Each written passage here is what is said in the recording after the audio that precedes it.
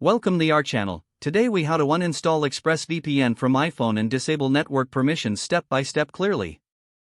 Begin by unlocking your iPhone and navigating to the home screen. Locate the ExpressVPN app icon on your device. Press and hold the ExpressVPN app icon until options appear. Tap on the Remove App option that appears on the screen. Then select Delete App to confirm the uninstallation.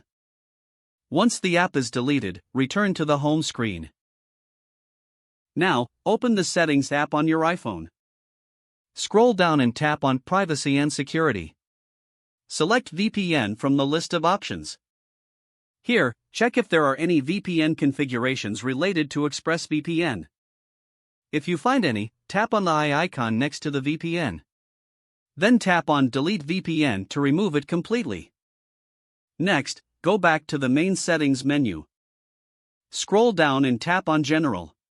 If a profile exists, tap on it, then select Remove Profile. You may need to enter your device passcode to confirm. After removing the profile, navigate back to the main Settings menu. Tap on Cellular to manage network permissions. Scroll down to see any app-specific permissions.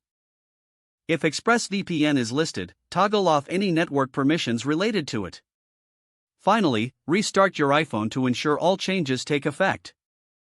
You have now successfully uninstalled ExpressVPN and disabled its network permissions. If the page does not load, refresh the browser or try again in a private or incognito window. Make sure you are using the correct email address, then retype it carefully to avoid small typos. If your password is not accepted, use the reset option and create a new strong password you can remember. Check your spam folder for verification or security emails, then complete any requested confirmation steps. Enable two-factor authentication if available to improve account security and reduce unauthorized access risk. After signing in, review your profile details so your contact information and settings are accurate and current. If you see an error message, note it down and try again after restarting your device and internet connection.